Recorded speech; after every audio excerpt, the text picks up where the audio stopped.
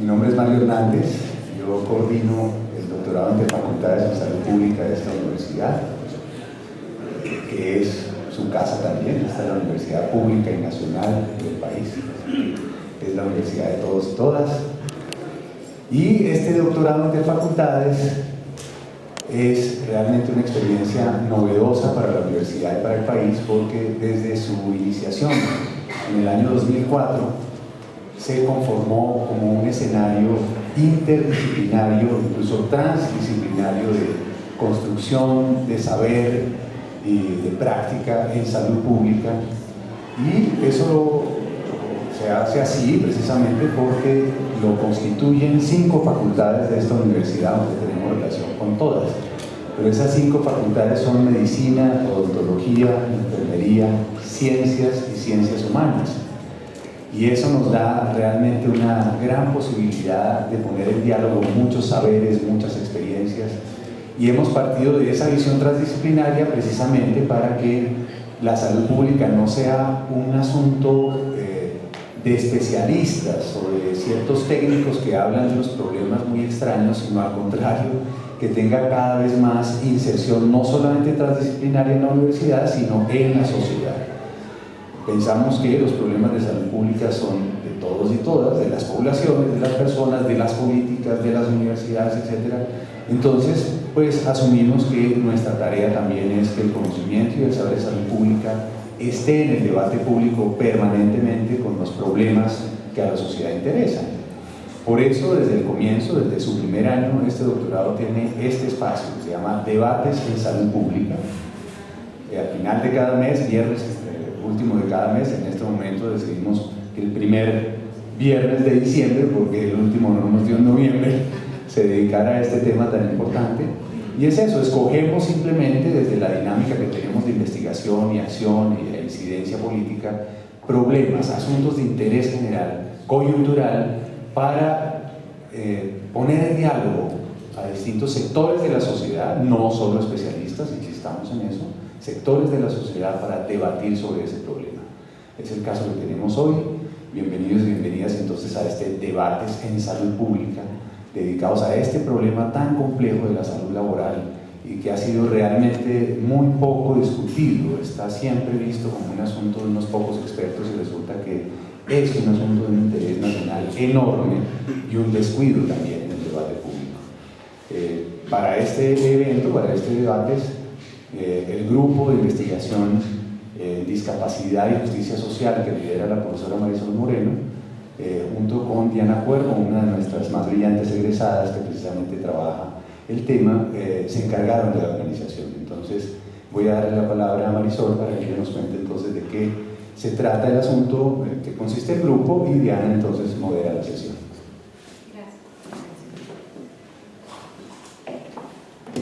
Buenos días a todos y todas.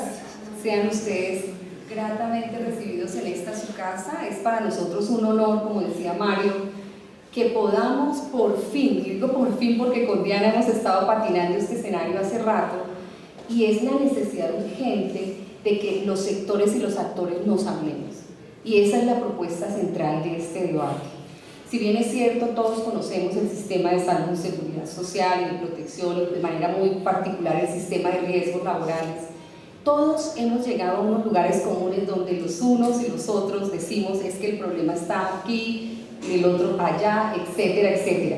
Pero la invitación que tenemos hoy es ¿qué tal si nos sentamos a conversar juntos y a mirar como país frente a los retos y a los momentos de incertidumbre que tenemos, para que podamos realmente ofrecerle a los ciudadanos una respuesta de calidad?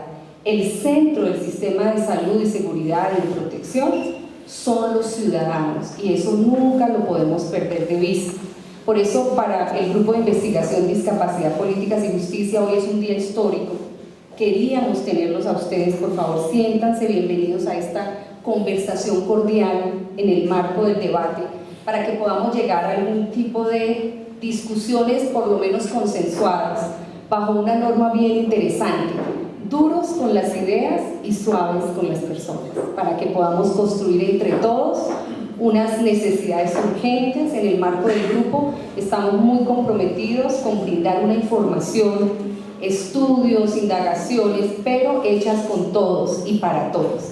De manera que muchísimas gracias por estar aquí en este debate del doctorado en salud pública. Gracias a su presencia, este debate realmente podrá impactar, y agradecemos, al final del debate nosotros vamos a estar enviándoles la semana entrante el link con la filmación para que ustedes tengan la oportunidad de compartir en sus distintos escenarios. Siéntanse muy a gusto en esta conversación cordial por los ciudadanos y las ciudadanas, es decir, por todos los habitantes colombianos que somos, seremos parte de este sistema que tanto nos duele, que tantas deudas de justicia social tiene y que hoy por hoy no da espera. O nos sentamos todos a hablar o no sé qué va a pasar.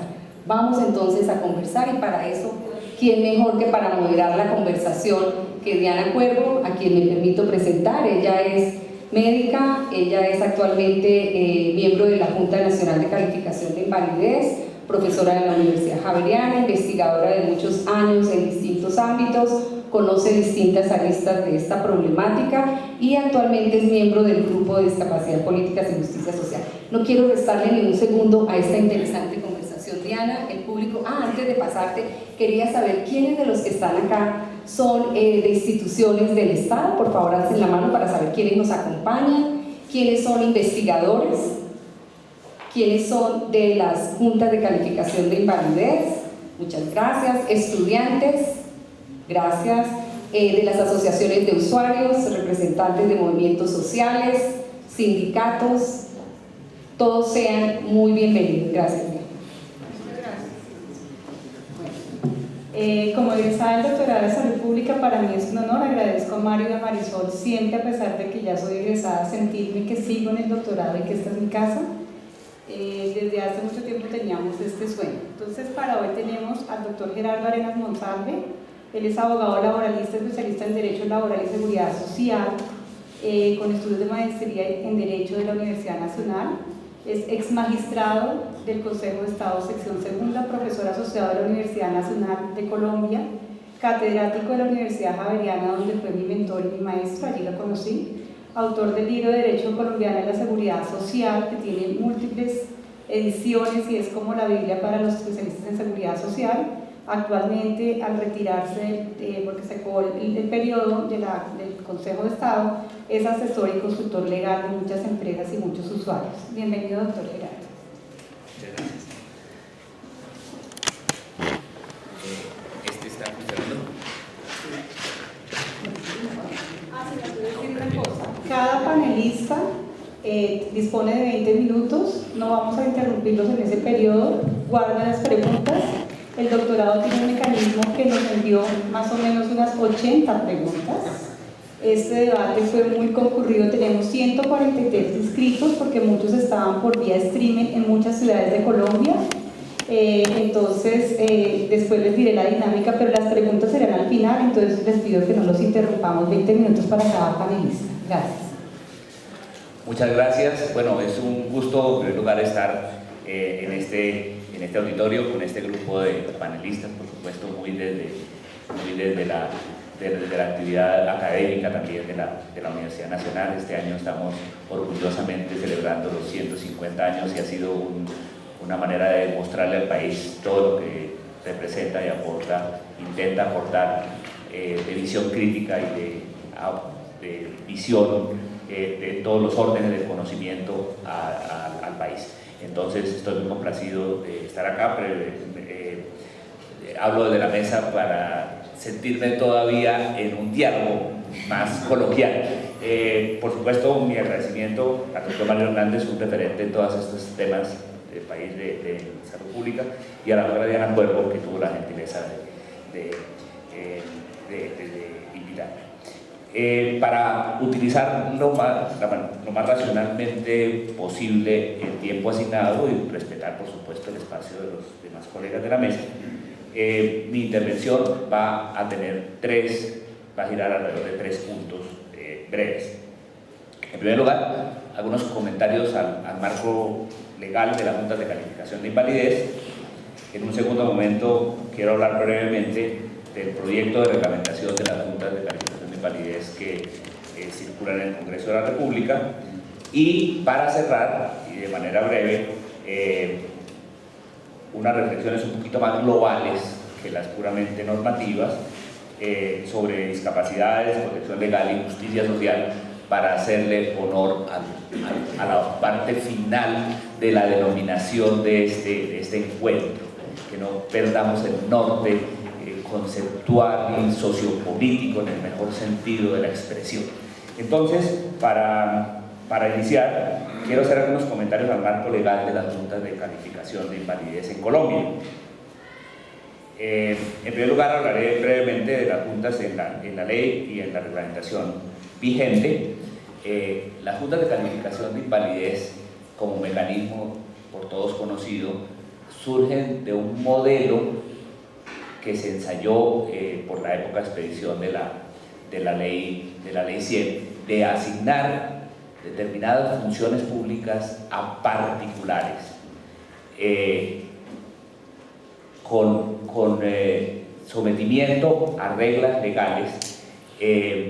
Si bien las instituciones de seguridad social son públicas y privadas, desde lo privado tienen control estatal, es distinto un poco lo de las juntas de calificación, porque aquí se les asignan unas funciones decisorias específicas y a la vez se considera que son, se quiso que no fueran funcionarios públicos.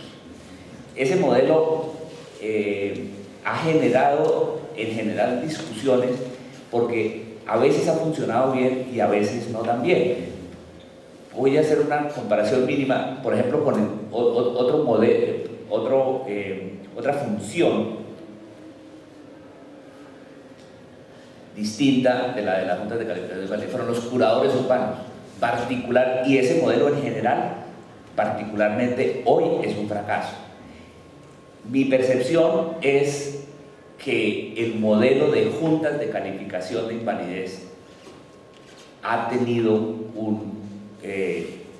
en general, podríamos decir que ha tenido reconocimiento y éxito. Es decir, hay problemas como en todo, pero en general la función técnica y procedimental de decisión de calificación de invalidez en el debate público en este momento percibo que no está planteándose desmonte del modelo de juntas de calificación de invalidez. Creo que las juntas vienen haciendo, cuando uno conoce un poco la gente que está allí, también se da cuenta de que hay una mística institucional importante, y eso crea situaciones valiosas.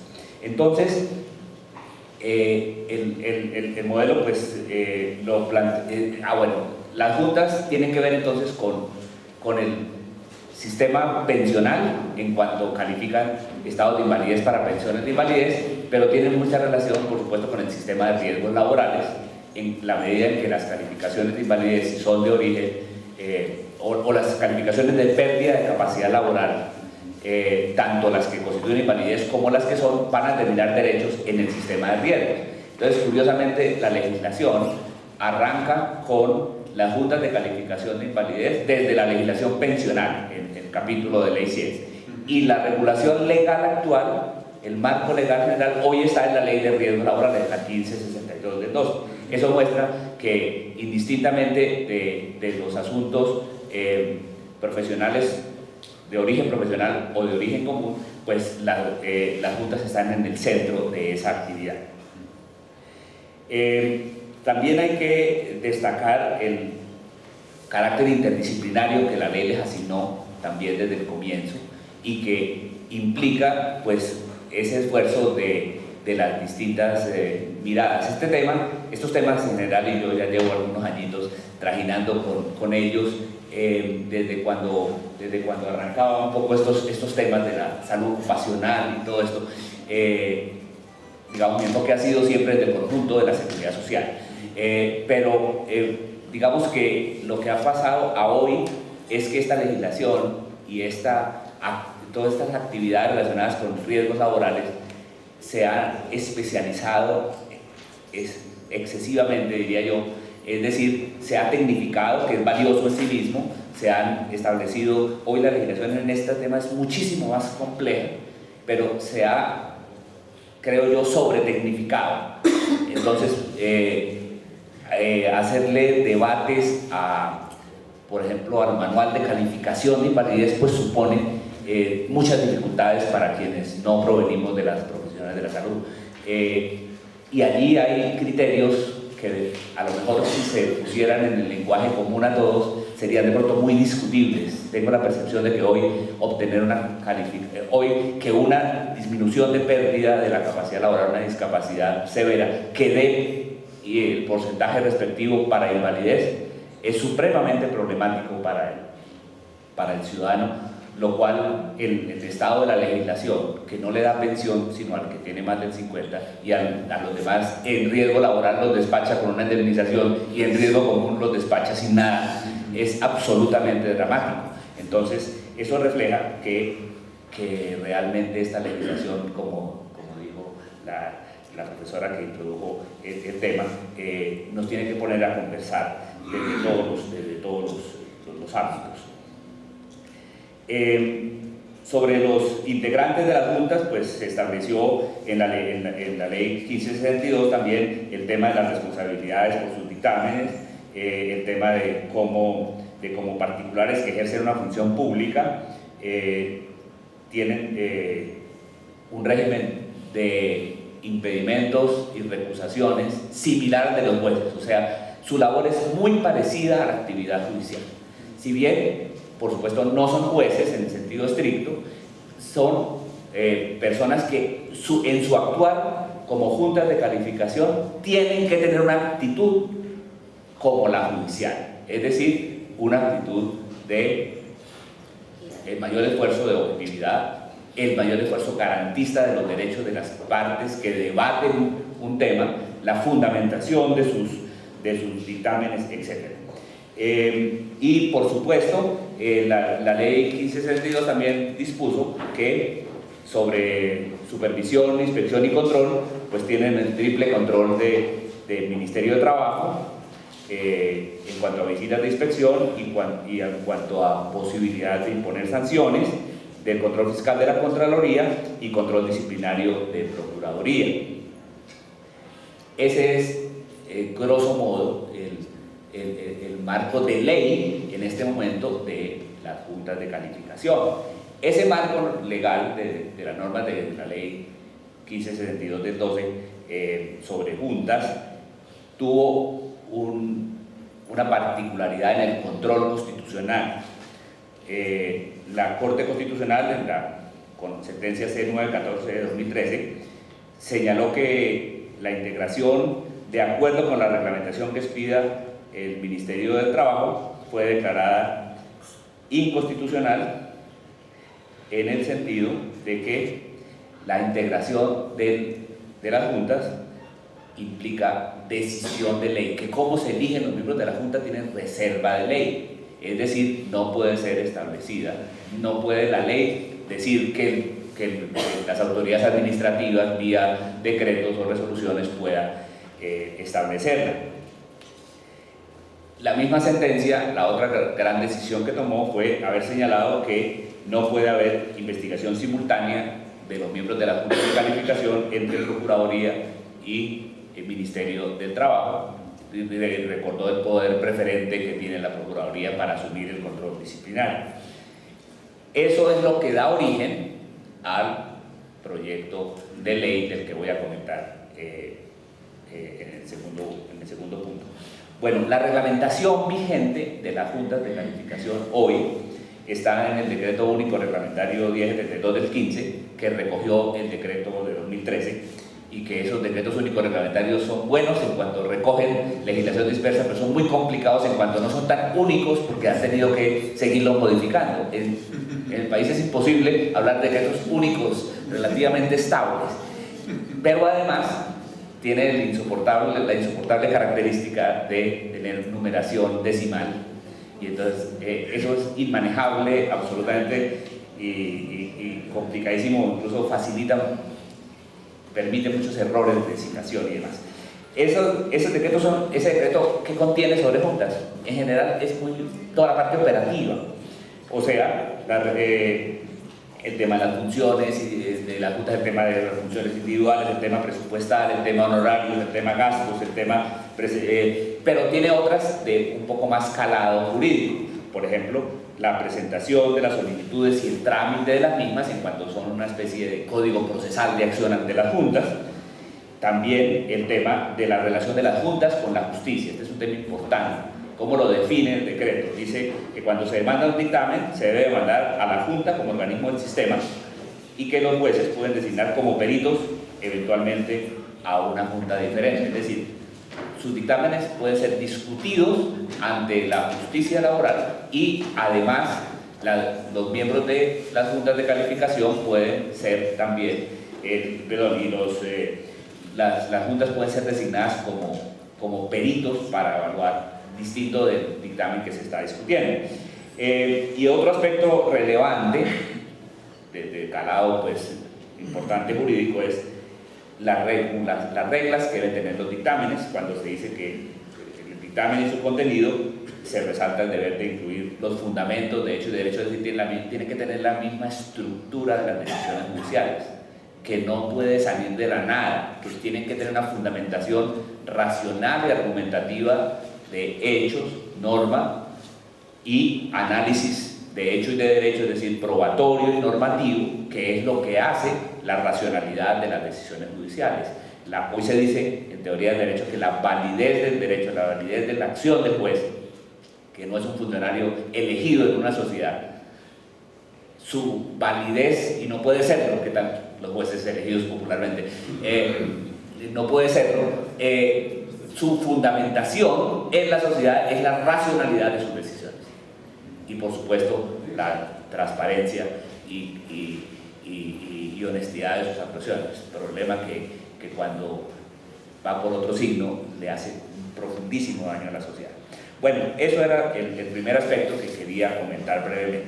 El segundo es el del proyecto de reglamentación de las juntas. En este momento, y la doctora Diana nos había pedido hacer una breve referencia a ese proyecto, es sumamente extenso, es un proyecto de ley con el cual se pretende dar cumplimiento a la sentencia de la Corte Constitucional, es decir, fijar los criterios, pero el decreto, en mi opinión, tiene la limitación, o mejor, tiene la característica, que se vuelve una limitación, de hacer una amalgama de los criterios legales con los criterios reglamentarios. No es que todo tenga reserva de ley. Entonces el decreto regula el tema contable, este proyecto de ley regula el tema contable, que son temas de desarrollo reglamentario. Y entonces no se centra en lo fundamental, creo yo que es un defecto del decreto, del proyecto de ley, es que parece un decreto, y no pone el énfasis donde debiera ponerlo en las grandes líneas de criterios de selección, es decir, por concurso. En general está bien concebido, en un 80% transcribe conserva lo de ley y reglamento metido en ley. Es inapropiado, me parece que puede tener muchas dificultades políticas, porque confunde, y como da la sensación, estos temas dan la sensación siempre, como se decía al comienzo, de que son de super especialistas y que nadie se puede meter en ellos, es problemático.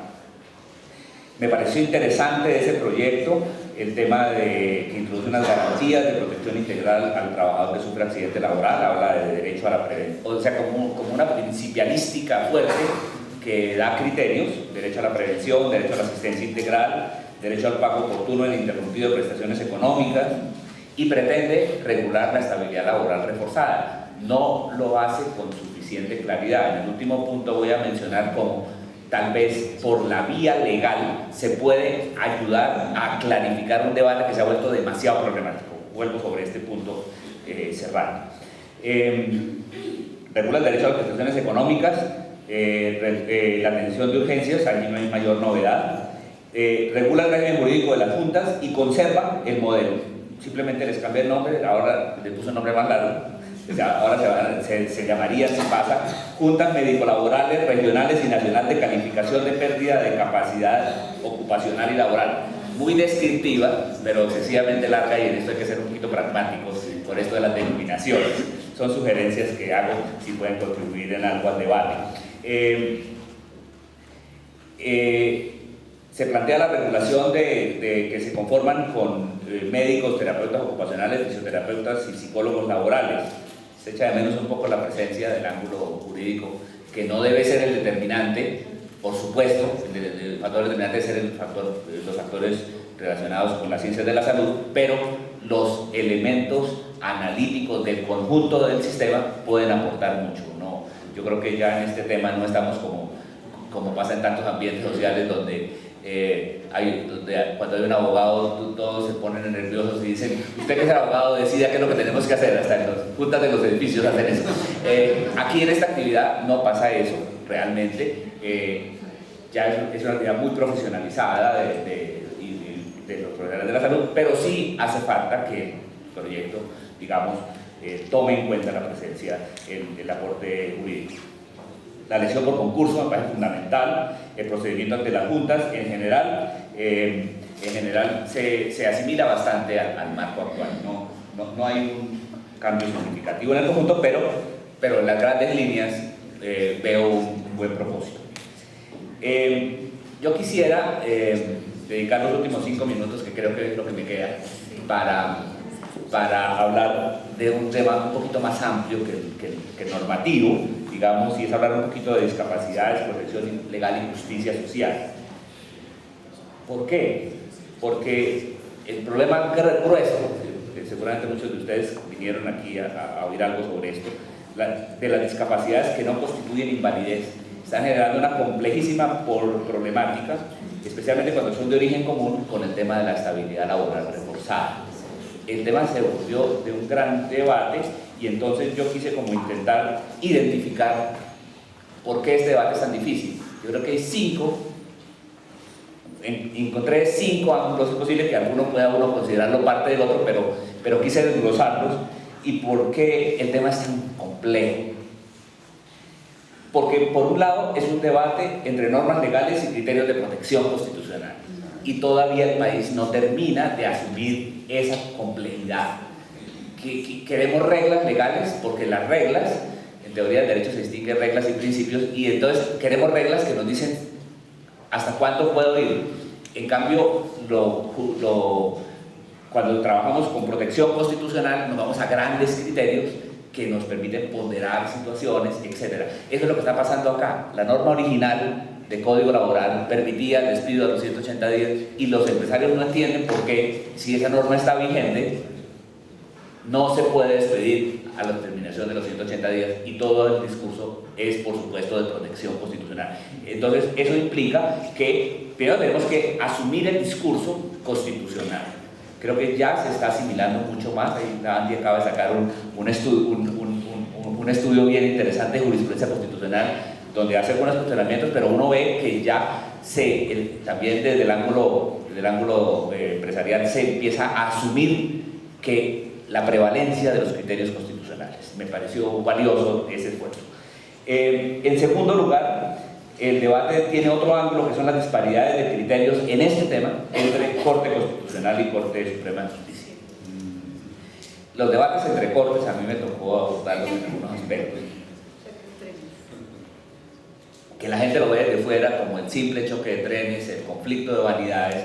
Muchas veces son también convicciones sobre hasta dónde debe ir la protección ciudadana, y esa es una responsabilidad de los jueces. Entonces, lo hemos tenido que abordar en muchos temas. En este tema, la visión de la Corte Suprema de Justicia ha sido ligeramente más restringida, y la visión de la Corte Constitucional ha pretendido ser más garantista. Entonces, eso significa que ese debate, cuando hay esos debates, no es que las Cortes no puedan plantear diferentes miradas, pero en últimas hay que tener claro como sociedad que estamos en un modelo de Estado. Eso nos gusta mucho en las altas Cortes, pero tuve ocasión de estar en una de ellas y sé que delimitar eso y quitarlo lo de vanidad es que en últimas, en una sociedad con prevalencia de los criterios constitucionales y donde el criterio de igualdad llevó a que hay tutela, acción constitucional contra providencias judiciales, pues que el criterio que termina siendo el definitorio es el constitucional. El tercer elemento de este debate que lo hace muy difícil son las tensiones entre los derechos a la protección del trabajador, o sea, en su salud y en su empleo, y la problemática económica empresarial, o sea, ausentismo laboral e impacto económico. Ese va de la mano con el siguiente, que es el debate ético sobre incapacidades sin fundamento que se estudian por algunos médicos. Es decir, qué casualidad, el tiempo de hoy, alcancé a verlo, lo bueno de no empezar tan temprano, cuando uno sale de la casa sin ver el periódico, uno siente la sensación de que no está bien lo que está pasando en el país o en el mundo. El tiempo de hoy efectivamente dedica su editorial al tema de las incapacidades sin fundamento. Ahí, ¿qué está llamando la atención? El mismo tema como tantos otros, que los actos de deshonestidad en estos temas, los actos de corrupción en la expedición de certificaciones médicas, pues se parecen a los actos de corrupción en la justicia, o sea, hacen un profundo daño a todos los millones de incapacidades lícitamente expedidas, porque tejen sobre ellas el manto de la deshonestidad. No se puede generalizar como los problemas de la honestidad en la justicia y como tantos otros. O sea, en esto hay que tener la mayor ponderación posible, pero ahí empieza a jugar ese tema. Y el quinto punto es el debate entre visiones centradas en lo jurídico y visiones mucho más globales e interdisciplinarias.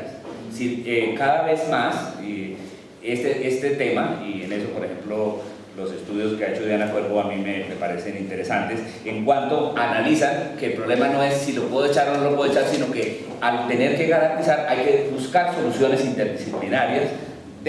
Particularmente las ciencias de la salud tienen mucho que decirnos a los juristas sobre estos temas y no quedarnos en el ángulo puramente jurídico.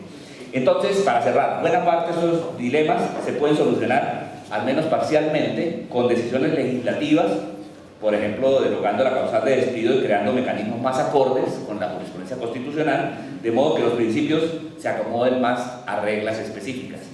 Yo creo que por ahí hay que trabajar. Para cerrar, en este tema, como en tantos otros, pues involucra una reflexión en torno a la justicia social, es decir, una reflexión humanística. Por encima de los tecnicismos legales, clínicos, etc., debemos ver en los trabajadores la realidad de seres humanos que no son máquinas a los que hay que desechar cuando sufren imperfectos, que muchas veces desde el ángulo de la racionalidad económica empresarial tendemos a verlos así. Las regulaciones entonces deben pensar en términos de criterios a los que todos deberíamos estar dispuestos a aceptar a la manera de la justicia de Rawls, es decir, las reglas que yo considere ideales son aquellas que yo estaría dispuesto a que me apliquen a mí cuando me incapacito, cuando de verdad me enfermo y me incapacito en el trabajo y no quisiera quisiera que la protección que me da el sistema laboral y el sistema de seguridad social fuera equitativa y coherente con la situación que me presenta. Cerraría ahí por el momento, agradeciéndoles mucho su presencia y su amabilidad.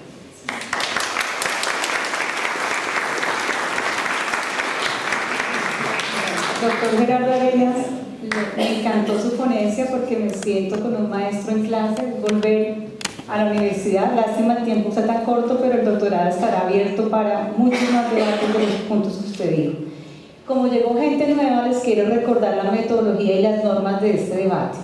Este debate obviamente tiene temas muy controversiales y, como decía Marisol, duro con las ideas, suave con las personas. Es un tema de conversación, hay unos 5 panelistas, 20 minutos, las preguntas las haremos al final para que los que llegaron a lo último sepan las reglas del debate. Nosotros invitamos a todos los sectores, por eso fue difícil porque no es tan fácil poner un escenario a todos. Tengo la tristeza de decir que invité al señor Enrique Guarín, segundo vicepresidente de Seguridad Social de la CUT Santander, que sabe mucho de este tema, y a última hora nos dijeron que no le habían dado los viáticos la CUT y canceló, lo cual es para mí un pesar, pero pues no será ni la última ni la primera vez y ojalá después tengamos, porque nos queda un hueco, no porque no lo hayamos invitado, sino porque pasó un problema de última hora. Siguiendo en esa línea, entonces, recuerdo que está el doctor Gerardo Arenas, que tiene su visión no solamente académica, sino ser alta corte, viene de ser de la rama judicial. Ahora, en segundo lugar, tendremos al doctor Juan Humberto Mejía Alfaro, en representación de la visión de las juntas de calificación. Él es médico cirujano de la Universidad Nacional de Colombia, epidemiólogo de la Universidad de Antioquia, especialista en salud ocupacional de la Universidad del Bosque, especialista en medio ambiente de la Universidad de los Andes, coautor de las GATIZO de la Universidad Javeriana y Ministerio de Trabajo, que siguen vigentes porque no hay una nueva resolución que las modifique, a pesar de que el Ministerio hizo una nueva convocatoria con el IES, pero no lo ha publicado en forma de resolución, siguen vigentes. Docente de epidemiología ocupacional y miembro de la Junta Regional de Calificación de Invalidez Bogotá, Cundinamarca, desde el año 2006. Bienvenido, doctor José Humberto Mejía. Gracias, doctora Diana, doctor Mario, paisano, colega, sin embargo amigo todavía. Muchas gracias por la posibilidad de que nos hable de compartir y dialogar. Y siempre he sostenido que es dialogar con verdad. Cuando nos empezamos a acercar un poquito desde el debate a este tema,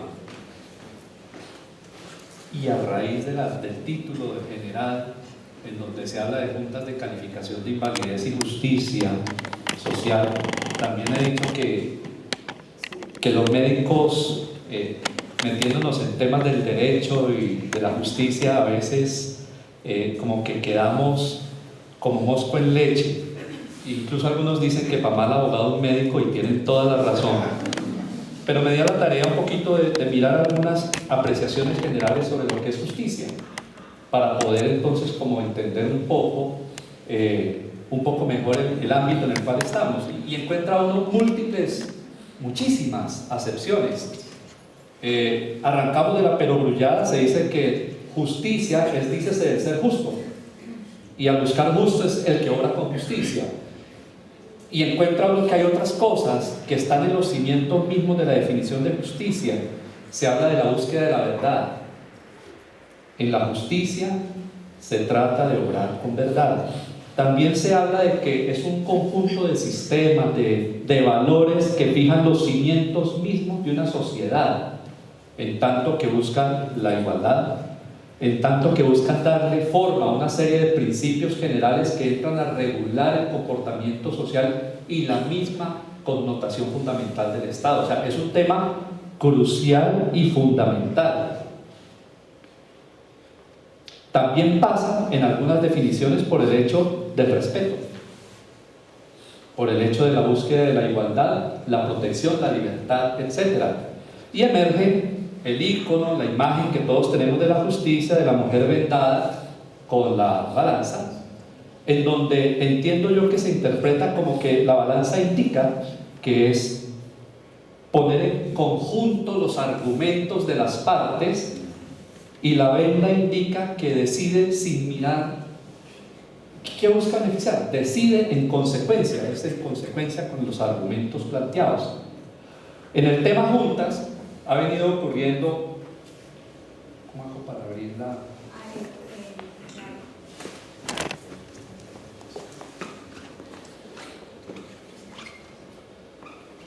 Como antecedente de importancia,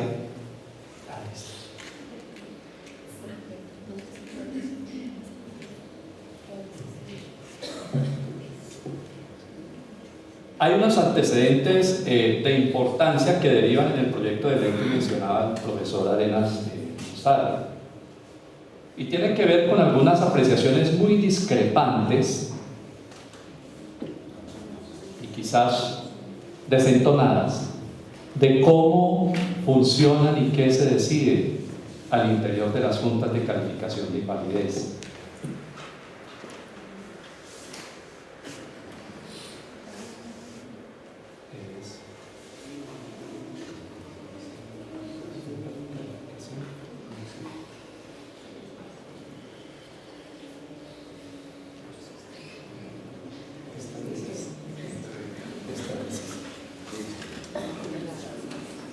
Entonces me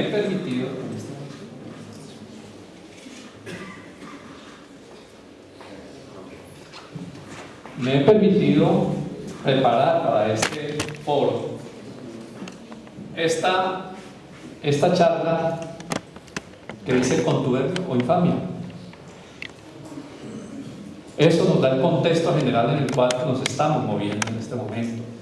La concordancia y el rol del Delta PCL como trazadores insesgados en las valoraciones de pérdida de capacidad laboral y origen en la Junta de Calificación de Invalidez de Bogotá.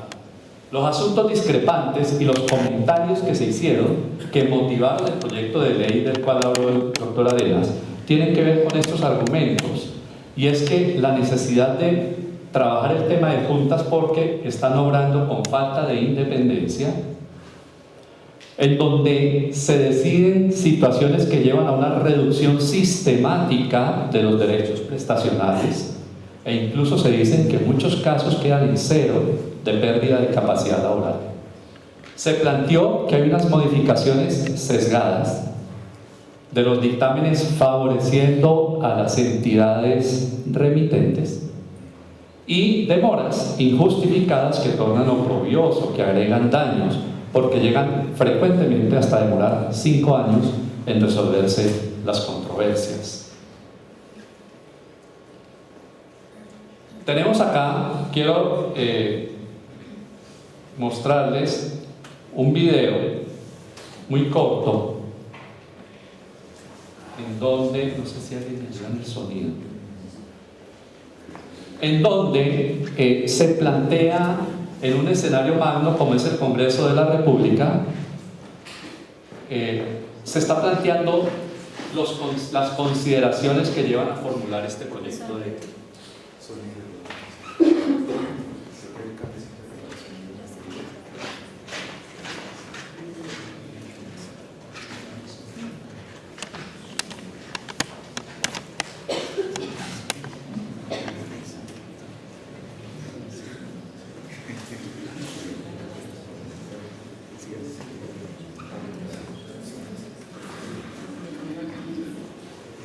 Compañeras y compañeros, los trabajadores enfermos, y ustedes lo saben, que hacen parte de las asociaciones y que están en la cotidianidad, realidad, enfrentan un procedimiento bastante dispendioso. Yo no me voy a detener, pero deben someterse a pasar por tribunales en los que uno no puede predicar la imparcialidad. Tribunales en los que se hace difícil acceder a la garantía del derecho. Deben ustedes sufragar los gastos que en no pocas oportunidades les impide cubrirlos. Adicional a ello, deben cancelar los honorarios. El procedimiento ante las juntas de calificación es lento, toma alrededor de 360 días, con lo cual pues, se afecta que haya una garantía oportuna en materia de lo que es la seguridad social. Cuando alguien se enferma, pues debe que se le resuelva pronto y se hace muy lento el procedimiento. Pero hemos encontrado también, y lo han evidenciado los trabajadores y las trabajadoras de la brecha en la que hemos estado, una especie de puerta giratoria.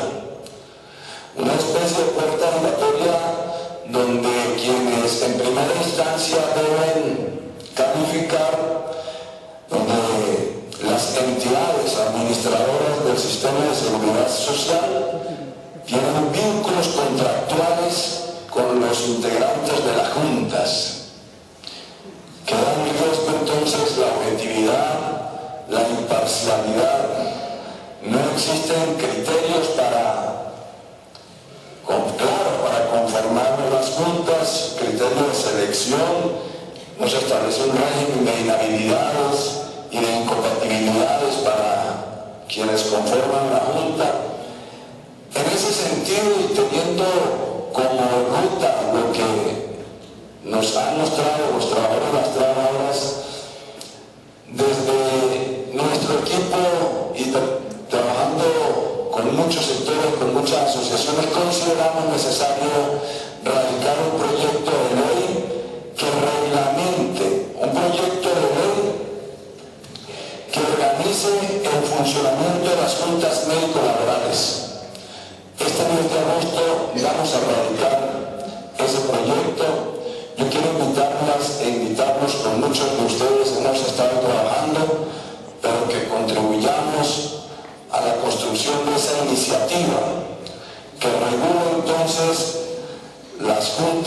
de calificación de invalidez. Bueno, digamos que con estos antecedentes apelamos a la necesidad del debate, pero del debate con verdad. Porque aquí hay cosas que rayan en el desconocimiento extremo de cómo funciona el sistema. Dicho está que los mecanismos de selección de los miembros de juntas, pero lo practicó la misma Universidad Nacional. Hay un régimen de impedimentos e inhabilidades que está en la norma. Que a los trabajadores no se les cobra la valoración, porque también está en la norma que son las entidades las que juiciosamente lo hacen. En fin, hay una serie de cosas, pero allí hay otras que plantean es un contubernio, que plantean falta de objetividad y que plantean la existencia permanente de sesgos y de negación del derecho. Voy a referirme a estos aspectos y quiero referirme desde lo que yo sé, desde la epidemiología y desde las preguntas de investigación académica. Entendí que en la queja del senador que dio motivo al proyecto de ley, lo que había era una serie de preguntas de investigación académica. La primera de ellas era, en el proceso de radicación de un dictamen hasta la producción del dictamen, ¿cuáles son los tiempos transcurridos y cómo se discriminan? Era una forma, eso había que aclararlo. El segundo, ¿qué concordancia existe entre los diversos actores del Sistema General de Seguridad Social y la Junta Regional de Calificación de Invalidez de Bogotá y Cundinamarca, tanto en la calificación de un origen como en el establecimiento de las pérdidas de capacidad laboral? Sabemos que en la epidemiología y en la estadística hay métodos que estudian la concordancia entre distintos observadores que obran de manera independiente frente al mismo sujeto. Tercer pregunta, ¿existe alguna diferencia cuantificable que pudiera usarse como trazador nuclear del desempeño de las citadas juntas? Y cuarto, ¿es posible construir un modelo de regresión que prediga razonablemente dicho indicador? No existen en Colombia antecedentes de esfuerzos en torno a la medición de estos temas. Y claramente, para la gran mayoría de los que estamos acá sentados, los comentarios en torno a las juntas siempre han estado marcados por la percepción subjetiva de quienes cuestionan y también de quienes avalan, ¿por qué no?, el tema de las juntas, en tanto que las cosas no son medidas.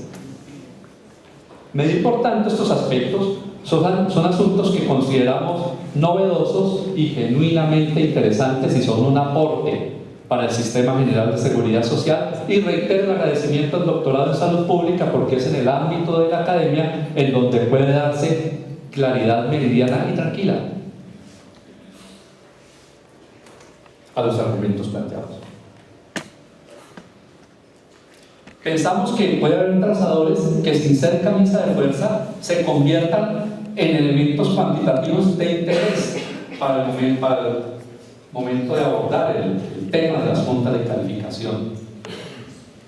Entonces, nos devolvimos y, a través de una petición del mismo senador que buscaba una serie de preguntas, encontramos que en el periodo del 1 de enero del 2013 al 30 de junio del 2017 se radicaron 42.054 solicitudes para trámite de controversia en las juntas, porque somos una instancia en donde se dirimen controversias. Y un elemento crucial que exige la norma es que las juntas deben actuar con autonomía técnico-científica. Entonces, en la imposibilidad de estudiar el universo, optamos por una metodología clásica, indiscutible a la luz del conocimiento científico, y es el muestreo. Con un profesional brillante, egresado aquí de la misma Universidad Nacional, decidimos hacer un muestreo aleatorio, simple, sin reemplazo. ¿Sí? Fijamos unas pautas de error, definimos la confianza, definimos el error alfa y nos da un tamaño de muestra de 1064 casos. En epidemiología y en estadística es fundamental garantizar la aleatoriedad, porque la aleatorización permite controlar muchos sesgos en una investigación. El proceso de aleatorización fue constatado de conformidad a la metodología de Ramsey y garantizado desde este punto de vista que la calidad de los datos y el algoritmo planteado por Lechuza se cumplió. Desde el punto de vista teórico se cumplió. El muestreo fue aleatorio, estricto y riguroso.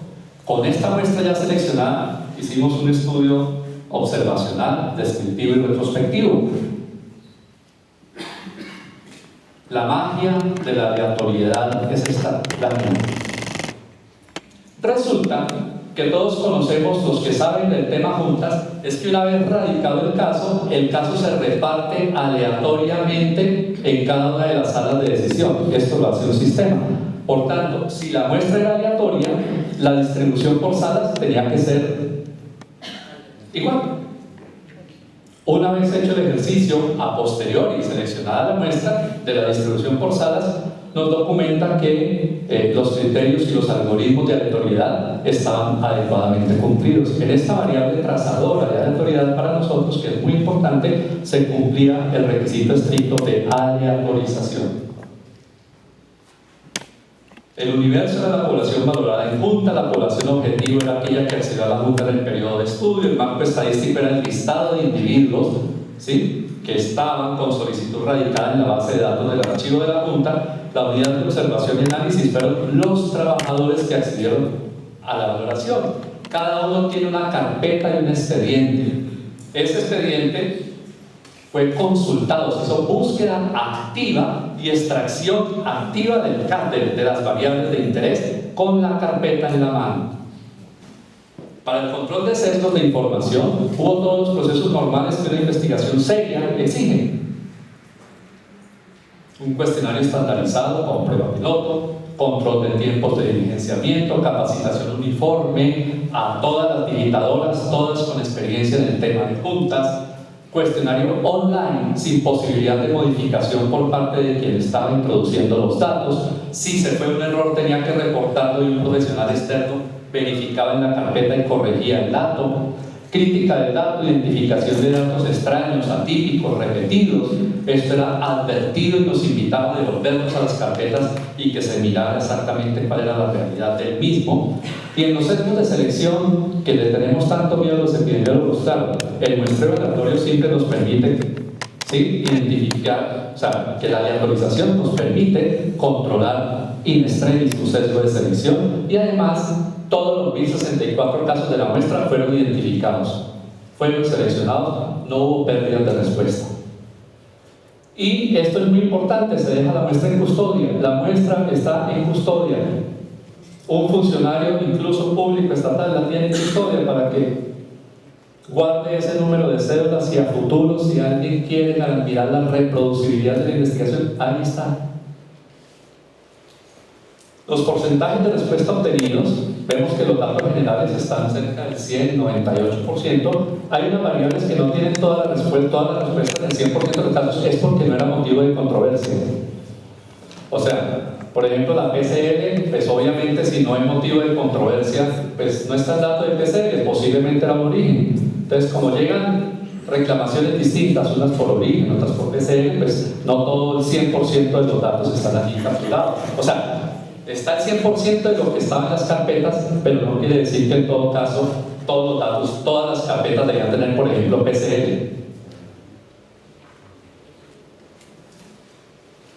El primer elemento que encontramos, y ya hablando de resultados, era este.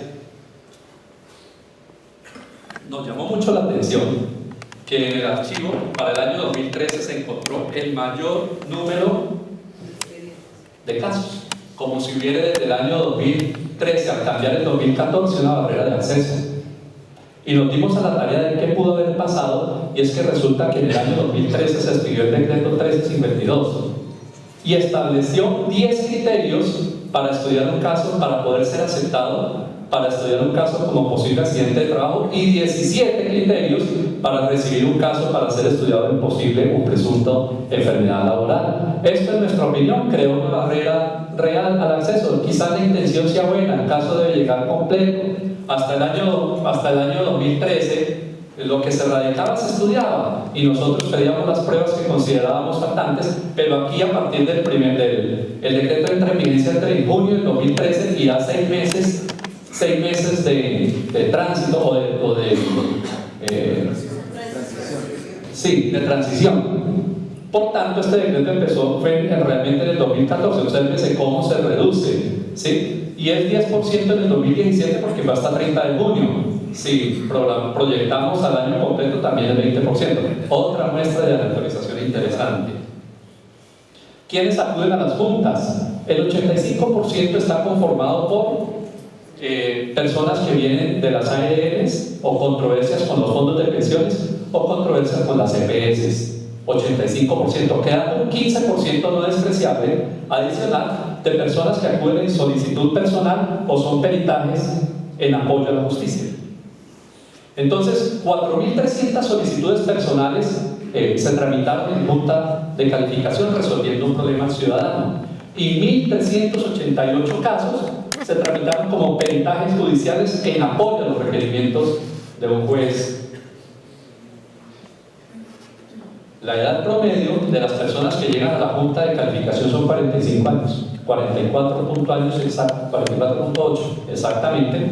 La pirámide poblacional distribuye más o menos de manera parecida entre hombres y mujeres. Aquí quizás haya un gap, lo llaman, entre hombres y mujeres, pero pensamos que esto puede tener que ver con el tiempo, con los accidentes, ¿no? Pensamos que pueden ser personas, hombres principalmente, que sufren accidentes de trabajo y que acuden a valoración en junta regional. Pero aquí lo importante es que por sexos la distribución o la media de edad es relativamente parecida.